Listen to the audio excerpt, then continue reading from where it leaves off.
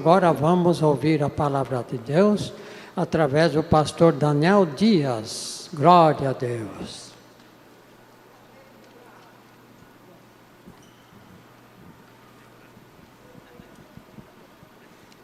Paz de Jesus, amém, meus queridos.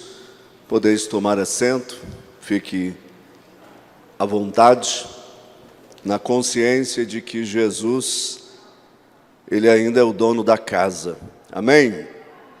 Jesus ainda está no controle de todas as coisas. Então esta oração, ela é muito original, muito própria para esta noite.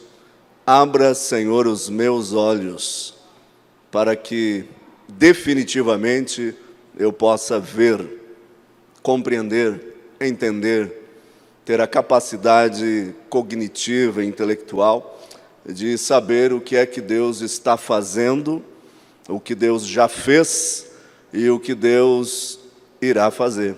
Amém? Ou você tem dúvida que Deus faz coisas maravilhosas? Tem dúvida? Não. Deus, Ele é maravilhoso. É o único que detém esta propriedade nominal. Só Ele pode ser maravilhoso. Meus queridos, graças a Deus estamos aqui. Eu e a Thalitinha e a Sarinha, nós ficamos meio que enclausurados em casa nestes dias, pois eu tenho uma alergia muito forte em relação à poeira, a tecido, a máscara. Eu coloco a máscara, dependendo do tempo que eu fico com ela, eu já fecho a minha garganta, já tenho algumas complicações. E este final de semana, justo neste período de Natal, intensificou. E eu e a Sarinha também tivemos em casa, ficamos os três ali, né? Os três, eu, a Sarinha e a Thalita, e Pai, Filho e Espírito Santo. Amém? Benção, estamos aqui. Então, percebendo que um pouquinho da voz está prejudicada, mas Deus é por nós. Meus amigos e queridos irmãos, me acompanhem nessa leitura de um texto da Palavra de Deus, em Mateus, capítulo de número 3. Mateus, capítulo de número 3. Mateus, capítulo de número 3, versículos 13 ao versículo de número 17. Vocês estão felizes? Estamos passando a síndrome do final do ano, sabe o que é isso? Aquela canseira que você não sabe de onde vem. Todo mundo fica, oh Deus, o que foi? Isso é a síndrome do final do ano. Todo mundo está assim, não se preocupe, viu? Não é doença, não é patologia, é um fator geral e universal. Fica tranquilo. O texto diz assim, do versículo 13, do capítulo 3. A descrição diz: o batismo de Jesus Cristo. Então veio Jesus da Galileia ter com João junto do Jordão, para ser batizado por ele. Mas João opunha-se-lhe, dizendo: eu careço ser batizado por ti, e vens tu a mim? Jesus, porém, respondendo, disse-lhe: deixa por agora, porque assim nos convém cumprir toda a justiça. Então ele o permitiu. E sendo Jesus batizado, subiu logo da água, e eis que se lhe abriram os céus, e viu o Espírito de Deus descendo como pomba e vindo sobre ele. E eis que uma voz dos céus dizia: este é o meu Filho amado, em quem me comprazo. Amém? Curve a sua cabeça, feche seus olhos. O meu Pedro, ele fez uma apresentação belíssima, né? Então, agora vamos fazer uma oração. Deus, obrigado.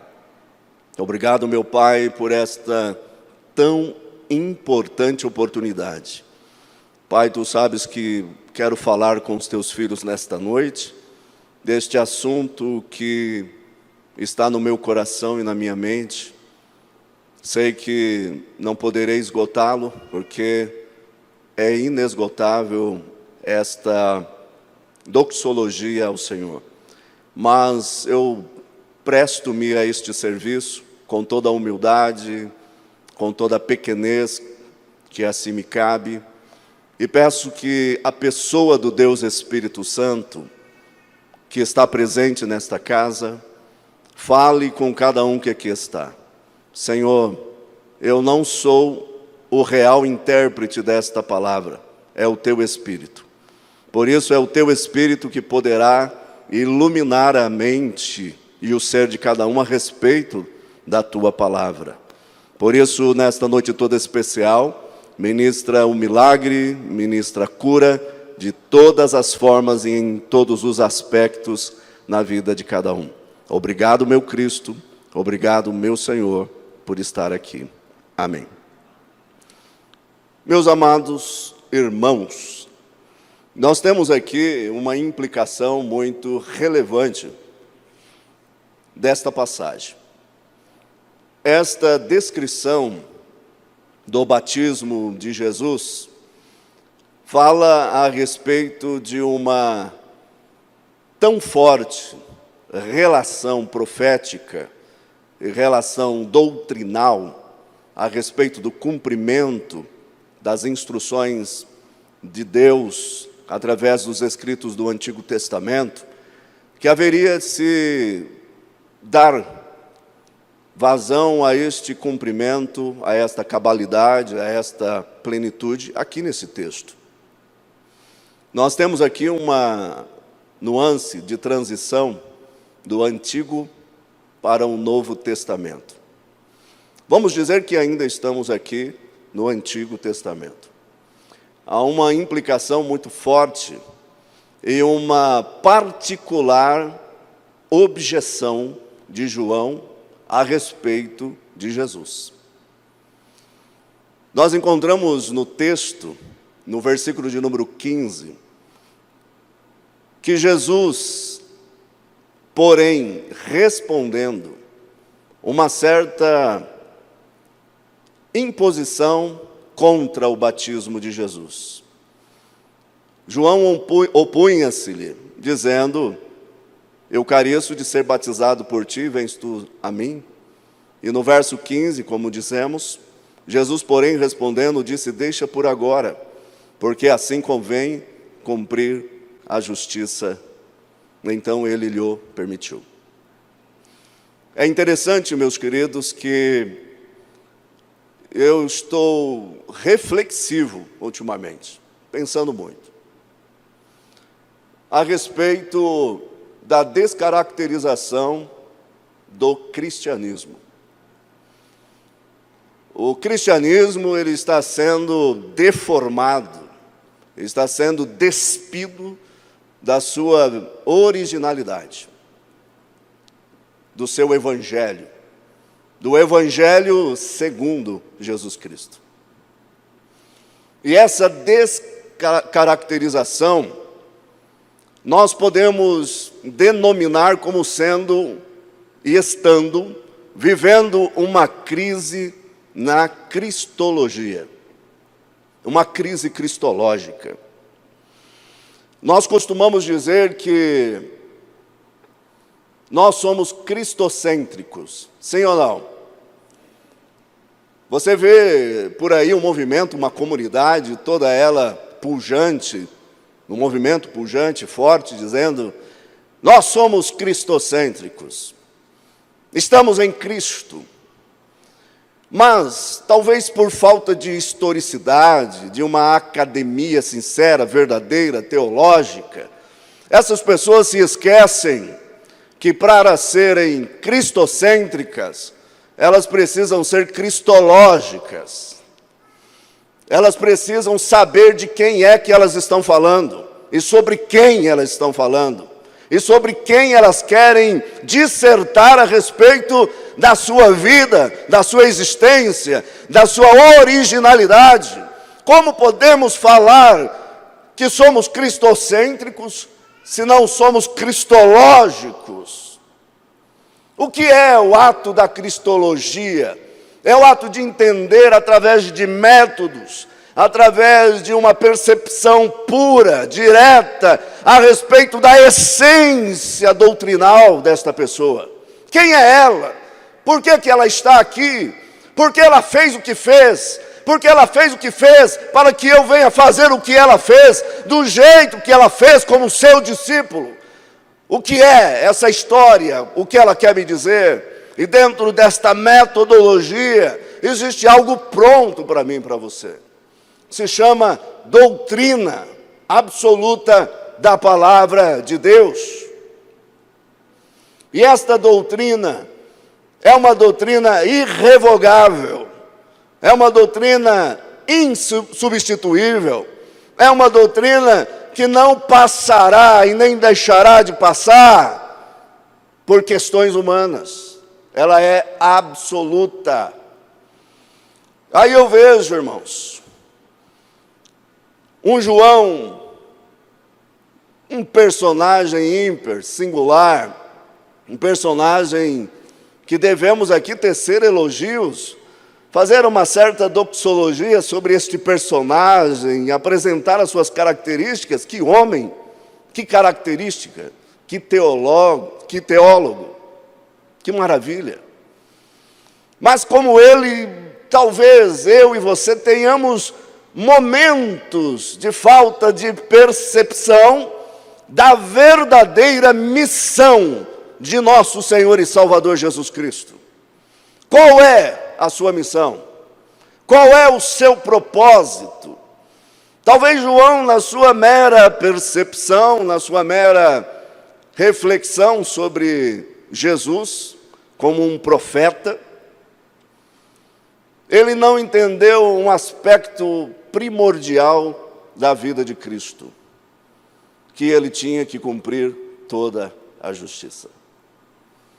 Ora, o paradoxo. Vem este Jesus, o Cordeiro de Deus, que tira o pecado do mundo, e de repente, este ser santo, este ser justo, este ser perfeito, agora se coloca na fila dos pecadores, se coloca na fila dos que seriam batizados para o arrependimento dos seus pecados. Bagunça a cabeça de qualquer um. Eu e você talvez ficaríamos, espera aí, você não é o Filho de Deus, o Jesus, o prometido, o que espelha e substancializa o Antigo Testamento? Você cumpre a lei, você é a lei, você é a materialidade de toda a narrativa veterotestamentária? Você é. Agora este ser se coloca como um ser que precisa de perdão de pecados e se prostra diante de João e diga: eu venho aqui para ser batizado.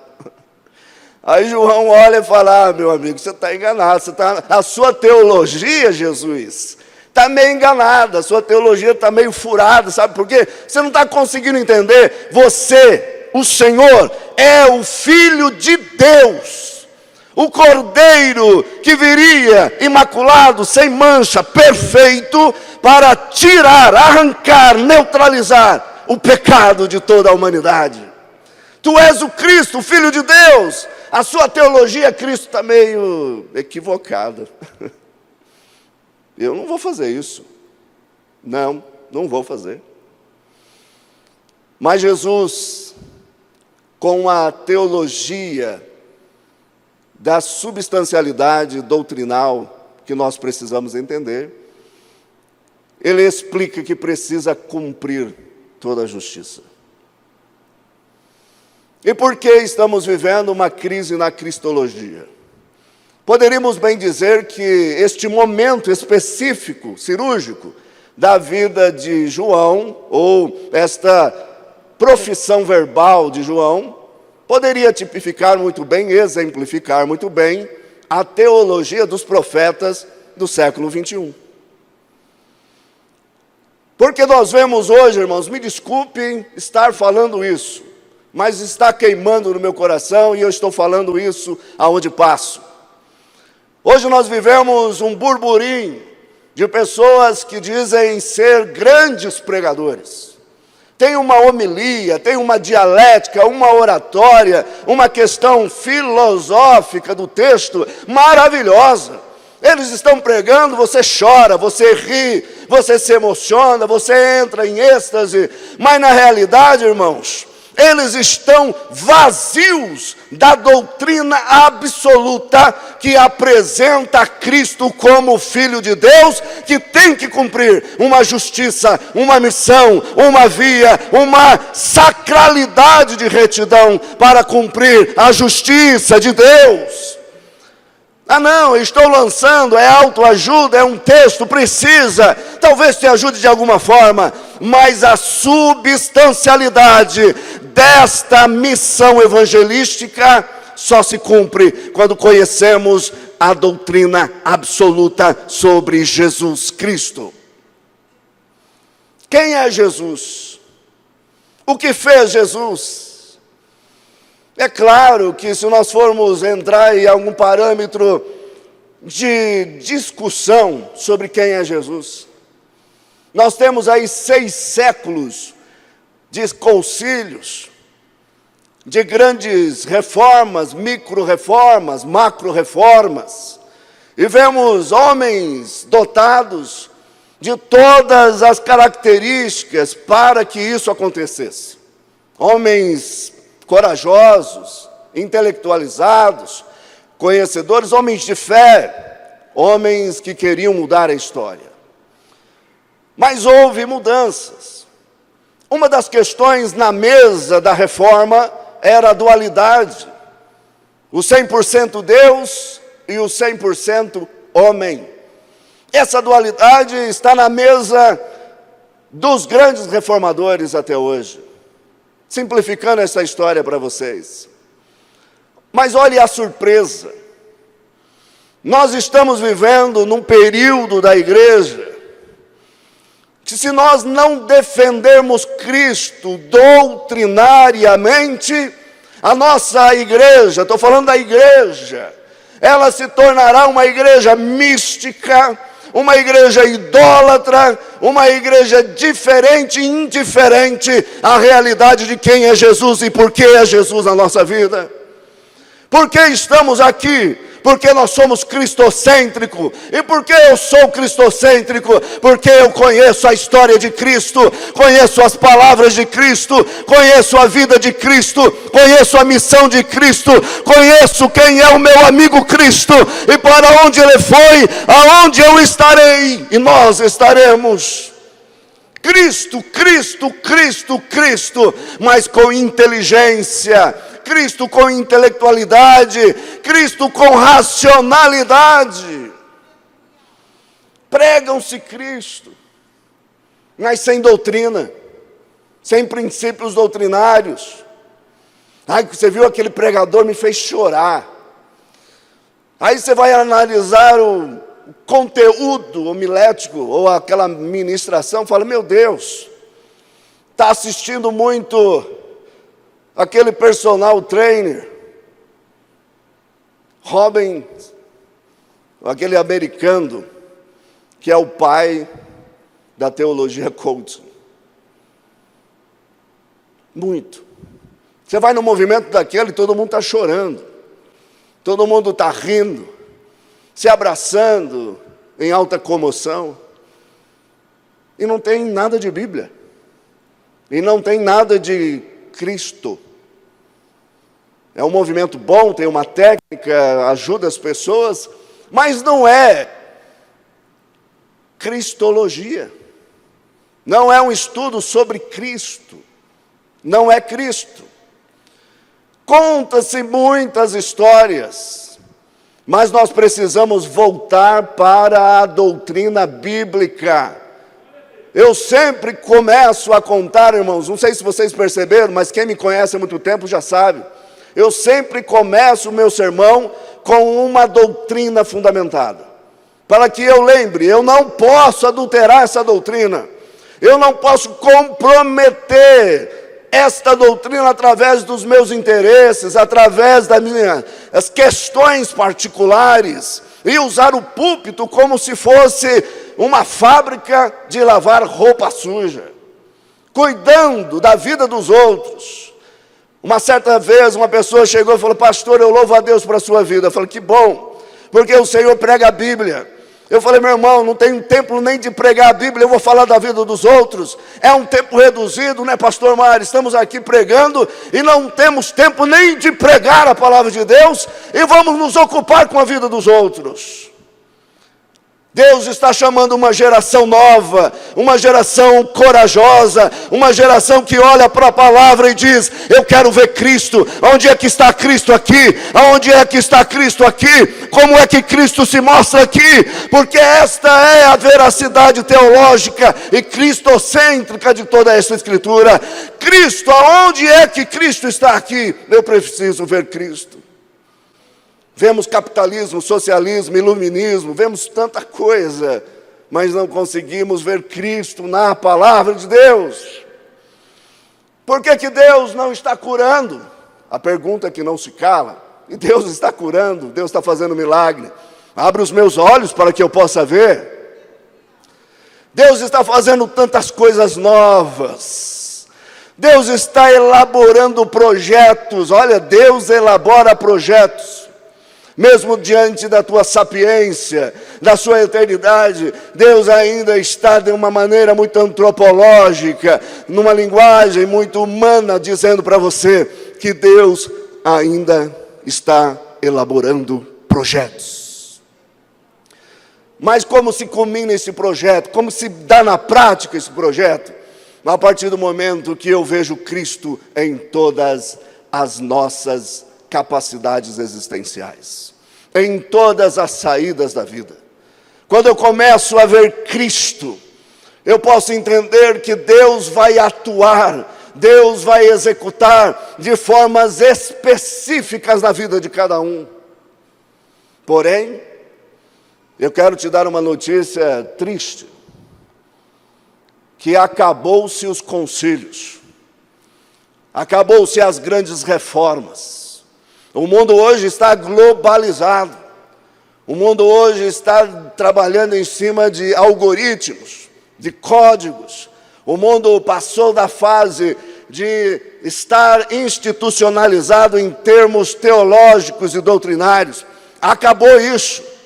Agora é o trabalhar consciente da pessoa bendita do Espírito Santo na vida de cada um de nós, obreiros e líderes e adoradores do Senhor, na consciência clara que existe uma doutrina verdadeira e ela não vai mudar. O mundo passa e tudo vai passar, mas as palavras de Jesus Cristo, ela vai e continuará permanecendo por toda a eternidade. Agora, dentro dessa implicação, nós encontramos um texto muito forte da palavra de Deus, que se encontra ali em 2 Timóteo, no capítulo de número 3, no verso 16 e verso 17.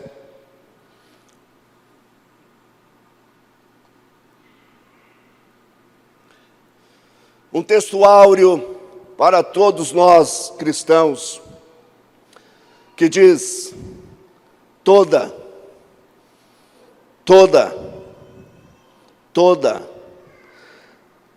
a Escritura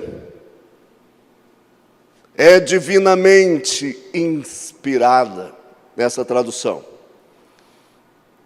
e proveitosa para ensinar, repreender, para corrigir, para instruir em justiça, para que o homem de Deus seja perfeito e perfeitamente instruído em toda boa obra.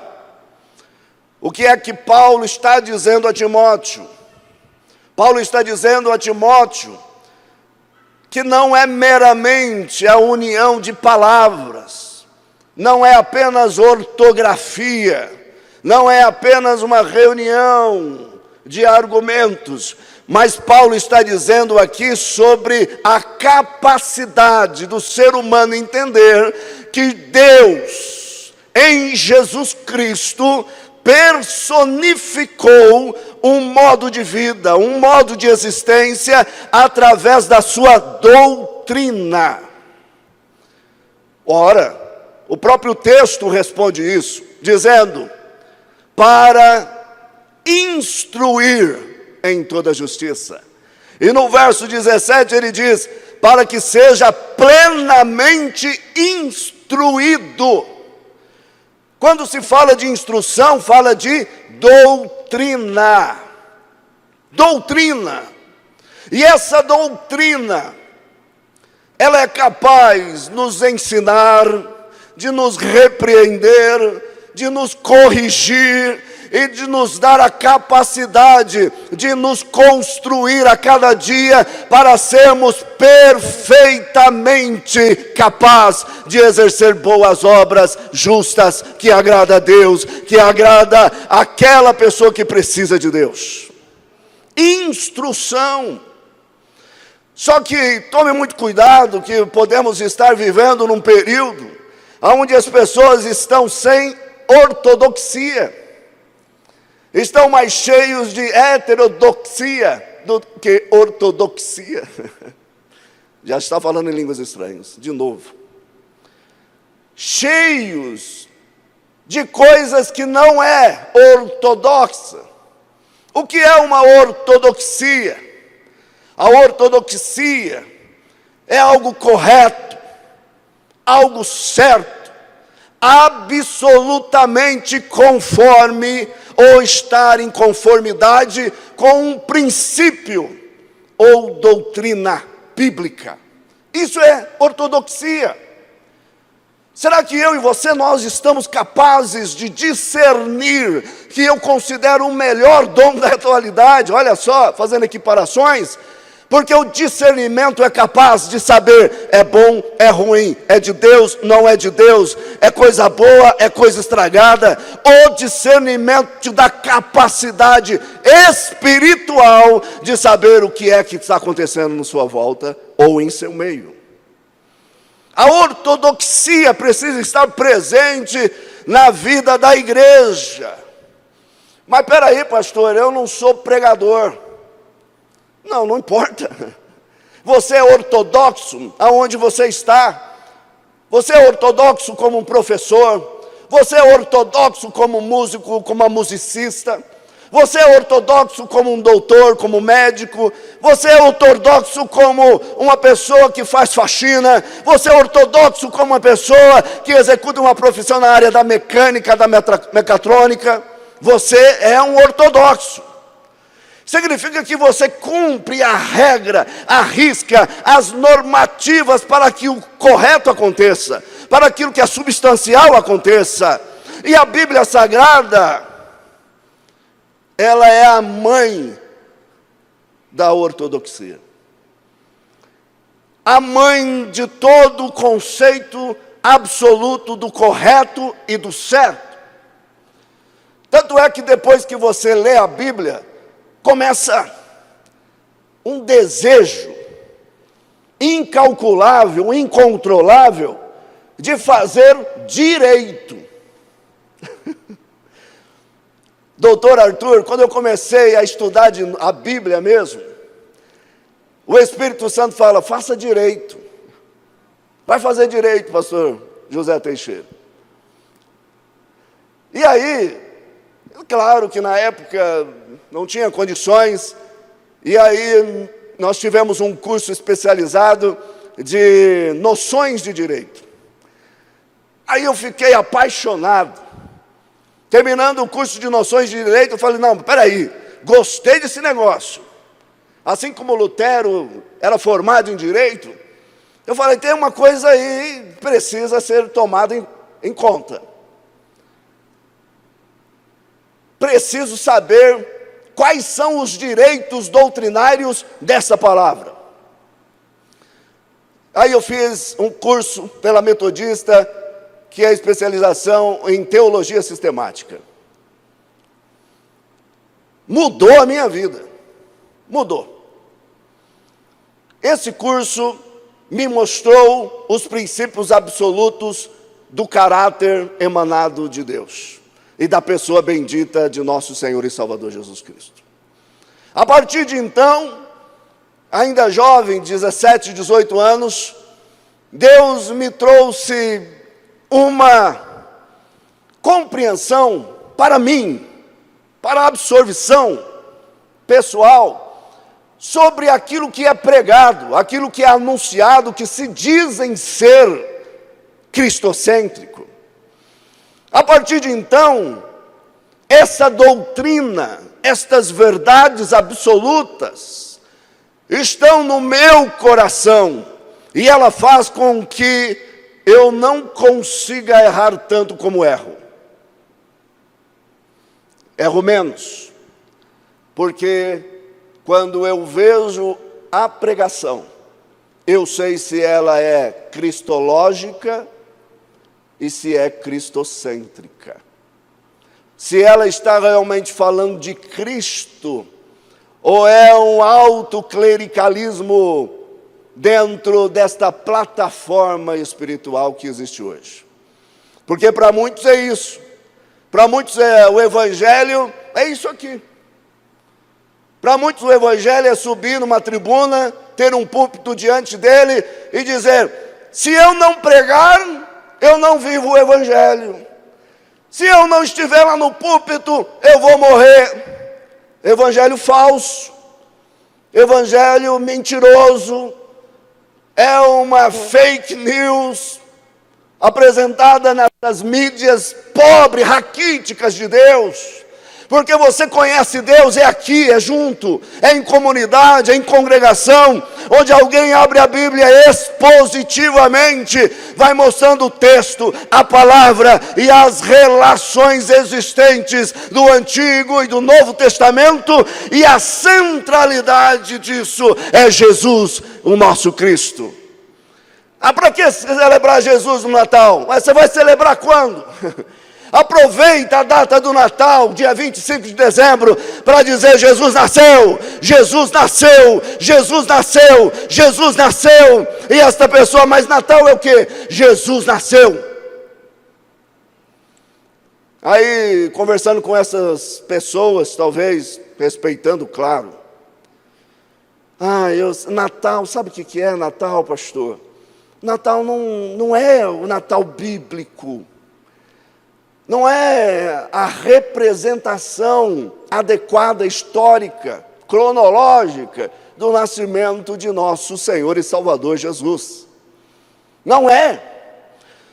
Eu falei: irmã, pense no seguinte: se Deus abriu esta porta para nós homenagearmos a Jesus, aquele que nasceu, aquele que cumpriu passiva e ativamente o ministério que lhe foi designado, se nós temos a oportunidade para pregar esse evangelho, colocar luz ou não colocar luz, mas dizer que Jesus habita nesta casa, coloca um louvor lá para tecer para essa melodia, falar: Jesus é lindo, Jesus nasceu, Maranata, Maranata, Maranata, coloca isso.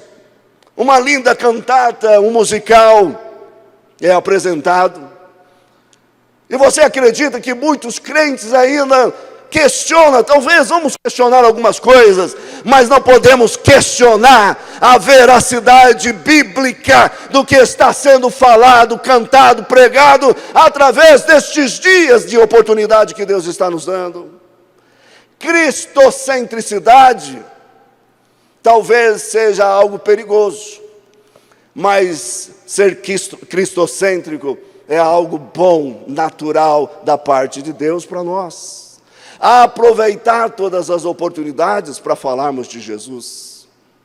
Ora, se nós formos tomar atenção para as importantes implicações,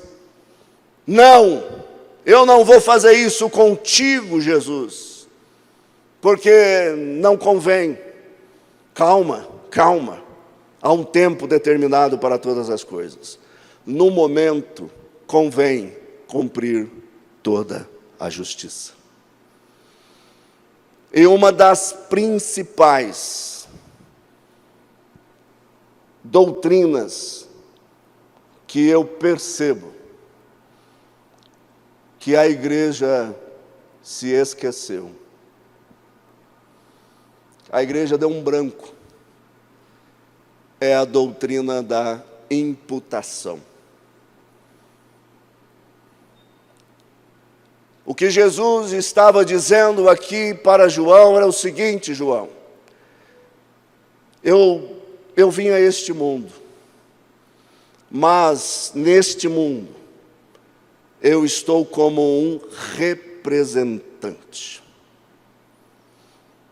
Eu represento muitas coisas, João.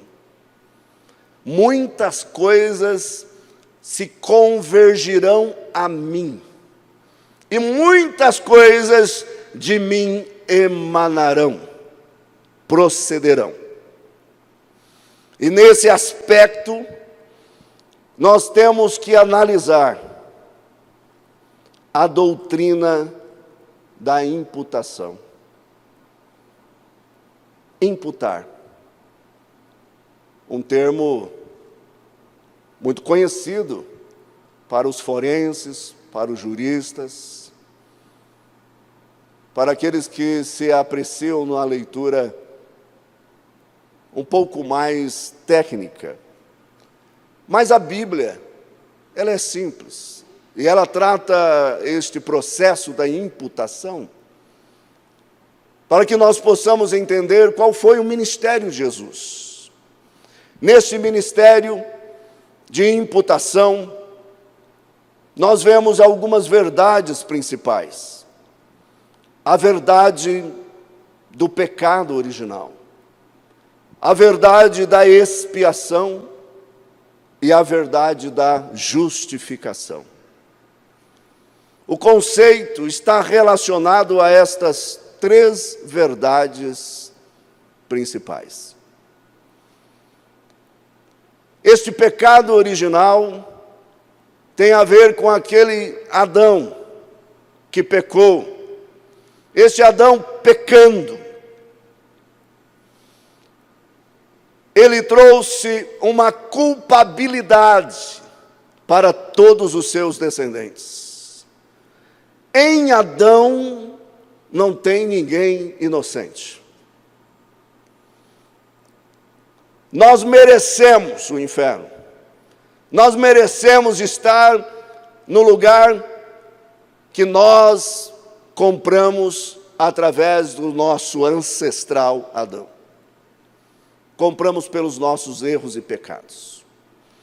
Adão agora, ele traz para todos os seus descendentes, através dessa culpabilidade, o pecado, a originalidade deste pecado.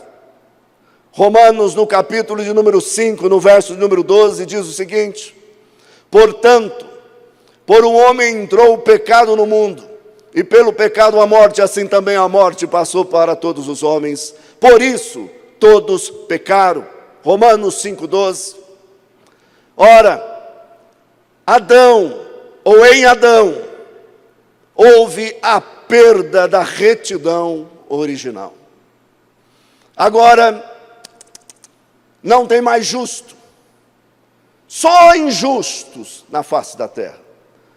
Porque agora o pecado, o descumprimento da retidão estava sobre a vida de Adão.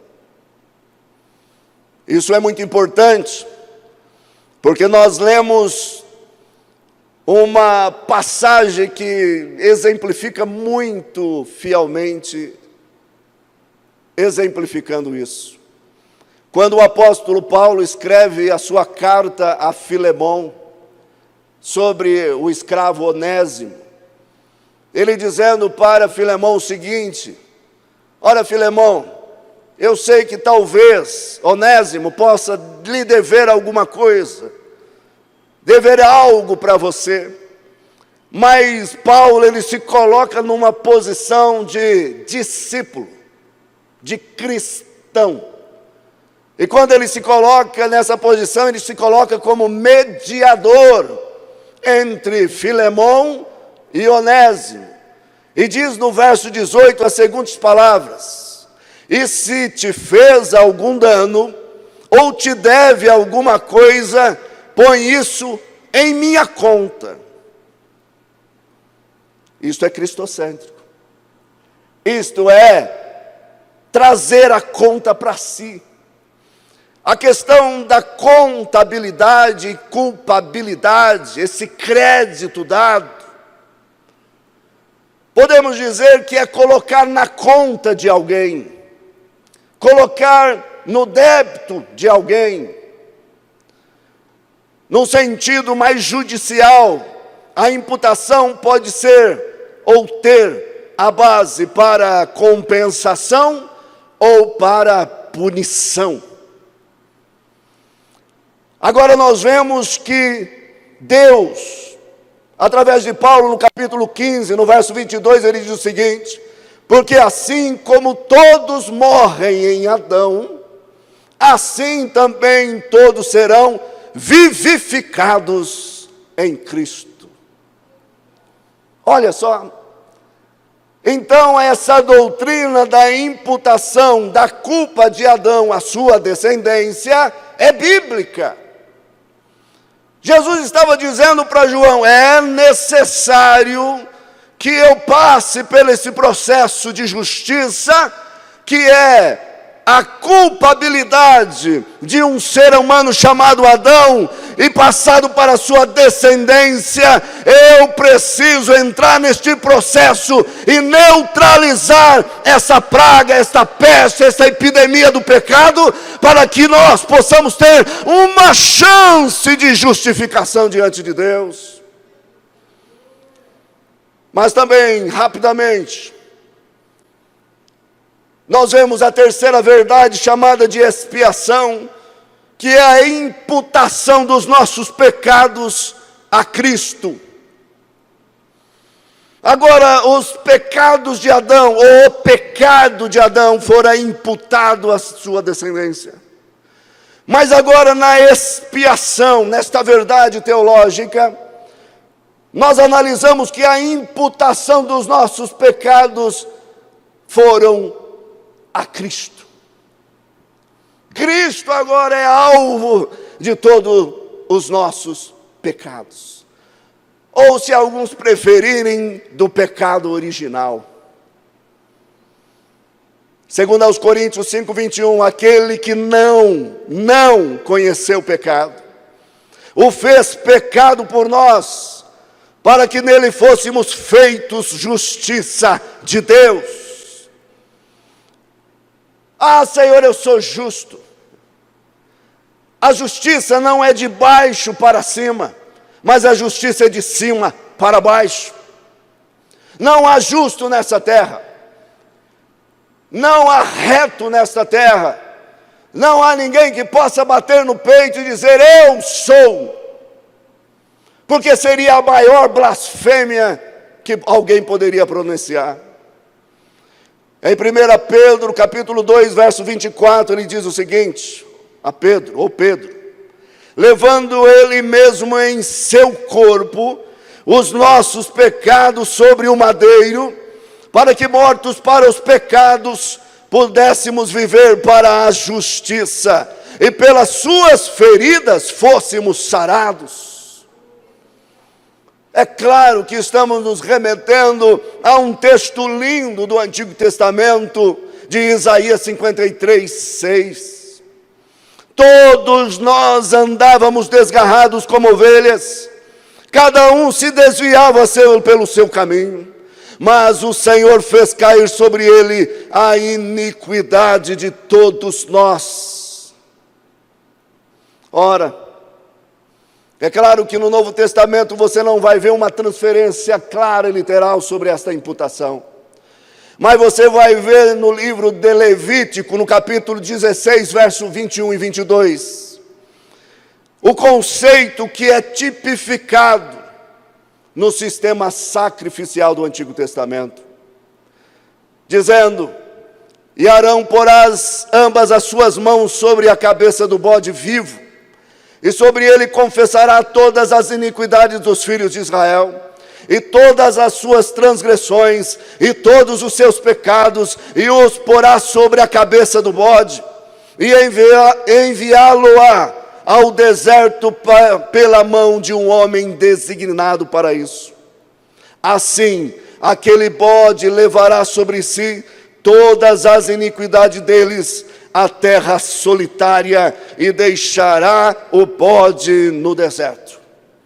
Uma tipificação clara, lembrando que Jesus, em Mateus capítulo 5, no verso 17, ele deixa bem claro um espelhar do antigo e um representar do novo, dizendo o seguinte: eu não vim abolir a lei ou destruir a lei, mas eu vim cumprir a lei e os profetas, os escritos. Eu vim para cumprir. E vocês sabem muito bem, quando falamos disso, estamos falando do pleroma de Deus, do plerosai de Deus. Jesus é a plenitude. Quando o apóstolo Paulo que diz que toda a Escritura é divinamente inspirada, ele está dizendo que toda a Escritura que se converge em Cristo, fala de Cristo doutrinariamente. Esta é uma doutrina inspirada, absoluta. Bom, então Paulo depois escreveu conteúdo inspirado? Sim, porque ele estava escrevendo em concordância com a linguagem veterotestamentária do Antigo Testamento. Jesus estava dizendo: eu vim cumprir, eu vim espelhar substancialmente a história contada no Antigo Testamento. A partir de então, agora vocês têm a lei viva, a lei eficaz, a lei que transforma, a lei que cura, a lei que está aqui para dizer: vocês que creem em mim, como diz a Escritura, rios de água viva brotarão do seu ser, do seu interior, e brotarão para a vida eterna. Teve que ter o sistema representativo. Porém, aqueles que entendem isso, Hebreus 2 e verso 9 diz o seguinte: vemos, porém, coroado de glória e de honra aquele Jesus que fora feito um pouco menor do que os anjos, por causa da paixão da morte, para que, pela graça de Deus, promovasse a morte por todos.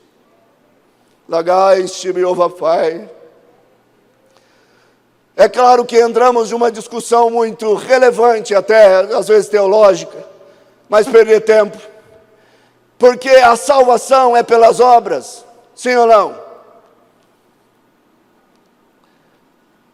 A salvação é pelas obras?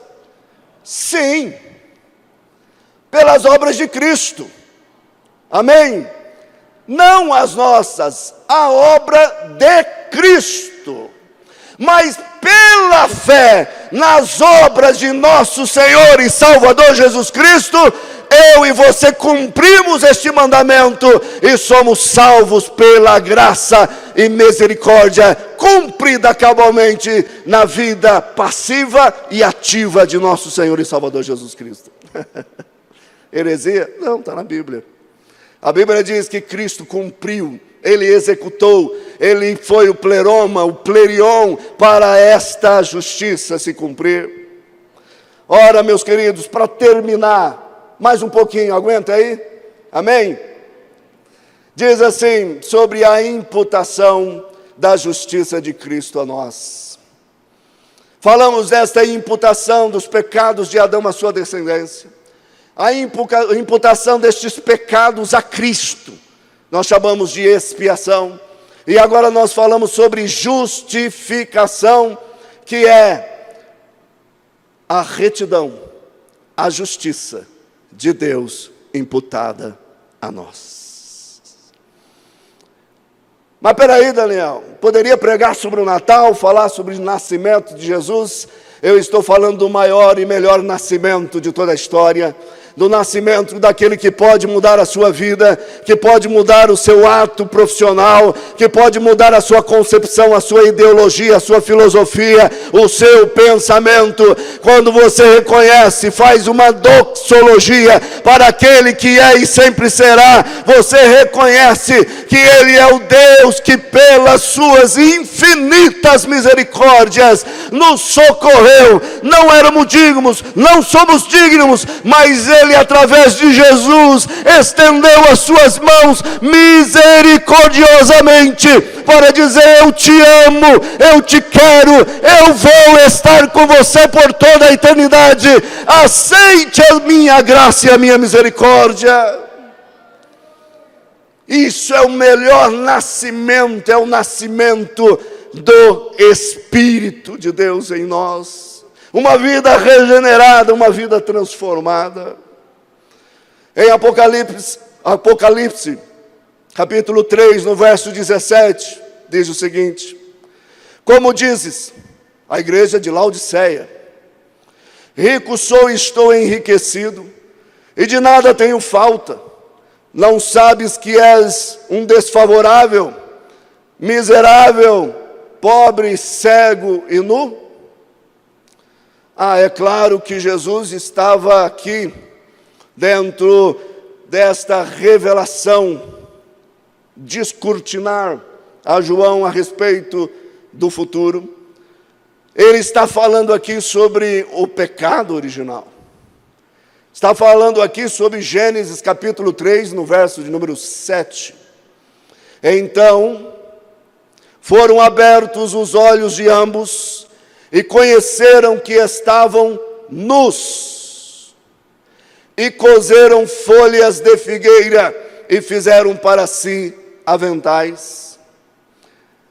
A nossa reação instintiva é de vestir-se de justiça própria. Sim ou não? Não, é mais porque, entretanto, todavia, eu tenho o meu mérito. Eu tenho as minhas particularidades. Eu devo ser valorizado, ter crédito. Porque mas peraí, se eu não fizer, se eu não estiver, se eu não for, se eu não falar, eu acho que não vai virar nada. Essa reação instintiva é uma reação natural de um homem caído e de uma mulher caída. É duro isso. Às vezes vem essa reação, esse sentimento, mas quando estamos doutrinariamente dentro desta cristologia, vivendo este centro que é Cristo, nós remetemos a nossa memória ao sacro ofício de nosso Senhor Jesus Cristo e reconhecemos quem somos. E olhamos para nós mesmos e não encontramos nada. Nada de bom, nada de louvável, nada que se tenha crédito. Olhando para nós, nós apenas erguemos as mãos para o céu e pedimos misericórdia, misericórdia, misericórdia. Isaías diz, como vocês conhecem este verso, 64, verso 6. Mas todos nós somos como imundo. Todos nós somos como imundo. E todas as nossas justiças como trapo da imundícia. E todos nós murchamos como a folha, e as nossas iniquidades como um vento nos arrebata. Quem é você? Quem sou eu? Não somos nada. Somente quando o Senhor, quando esta consciência, quando este discernimento do Senhor nos veste com a justiça, Aí sim nós podemos dizer, como Isaías 61 no verso 10 diz: regozijar-me-ei muito no Senhor, a minha alma se alegrará no meu Deus, porque me vestiu de roupas de salvação, cobriu-me com um manto de justiça, como o noivo se adorna com turbantes, assim também como o sacerdote com turbante sacerdotal, como também a noiva que se enfeita com as suas joias. Sabe por quê? Porque neste momento Deus imputa sobre a sua vida, contabiliza sobre mim e sua vida a retidão de nosso Senhor e Salvador Jesus Cristo. Se pedires qualquer coisa,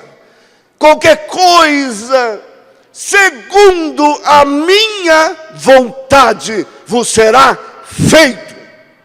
Se pedires segundo alguma coisa que está relacionada à doutrina da imputação, reconhece a retidão de Cristo, os seus pecados, a justiça de Deus, o Espírito Santo aprova e abençoa o seu ministério, abençoa a sua vida, abençoa a sua família, abençoa os seus filhos, porque estamos no caminho de Jesus, reto e perfeito. Eu sou o caminho, eu sou a verdade, eu sou a vida. Ele é a plenitude, Ele é o pleroma, Ele é o Deus absoluto. Quando nós estamos na palavra, a palavra de Deus está em nós. Termino, irmãos, uma doxologia para nós.